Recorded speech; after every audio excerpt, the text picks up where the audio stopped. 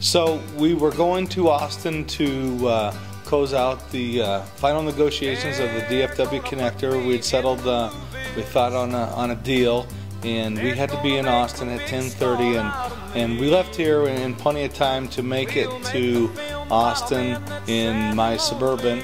So we left here plenty of time. I was worried about the I-35 traffic going through Fort Worth, so I took Loop 820 around, and just barely after getting on 820, bells started going off in my car indicating that I had a flat tire, and so I started looking at the flat tire, and I looked behind to Keith and Rob, and Keith looked in the mirror and said, "Yep, you've got one going down on you.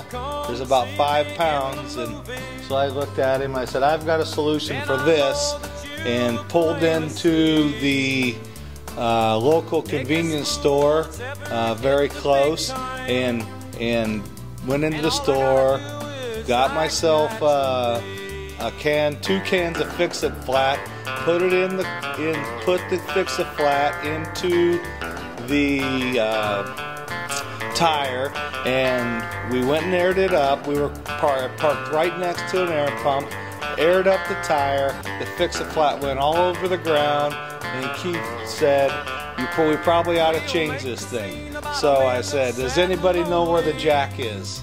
Nobody knew where the jack is. Mark Hildebrand said, "I better get the instruction manual." So he's reading the instruction manual. Keith is cranking on the jack, and I think Jason Proskovic was having a cigarette.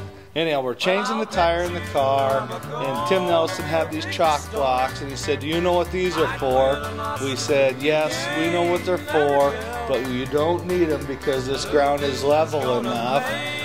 And so Keith was cranking up the jack, and about halfway up the jack, the car rolls off the jack. Thank goodness the tire was still on the car. So we decided to install the chalk blocks underneath the tire. And so Keith was cranking up the car. We changed the tire successfully. Of course, we were all dressed in fairly nice clothes, had a car full of luggage, and we got everything back in there, and we made it to Austin with 10 minutes to spare.